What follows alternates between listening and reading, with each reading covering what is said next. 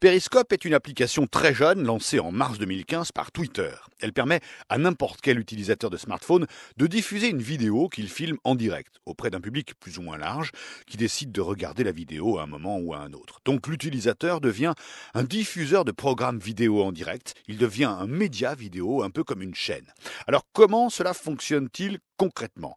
Vous chargez l'application sur votre smartphone, vous vous inscrivez via un compte Twitter et là vous pouvez faire deux choses: filmer et diffuser en direct ou simplement regarder. Vous pouvez aussi faire les deux choses alternativement. Quand on choisit de diffuser, il faut des abonnés, des gens qui vous suivent. Donc vous créez un profil pour dire qui vous êtes. Après, au moment de diffuser, vous avez deux choix. Soit vous diffusez en mode public et n'importe qui peut regarder votre vidéo depuis son appli Periscope sur son smartphone si tant est qu'il soit au courant.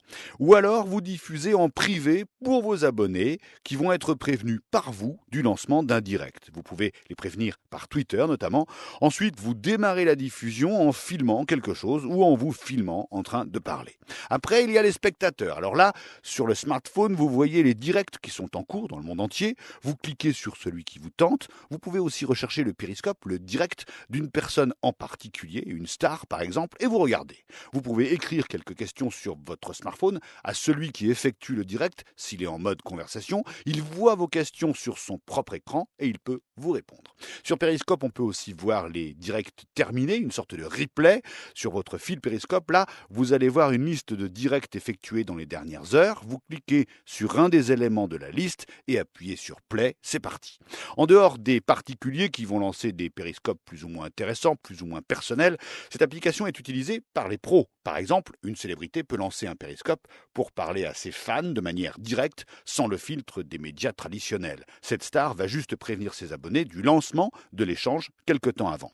Pareil pour un parti politique qui peut décider de filmer par périscope une conférence de presse pour une communauté de militants. Periscope peut donc être utilisé, on le voit, en communication, mais aussi dans l'entreprise pour des visioconférences.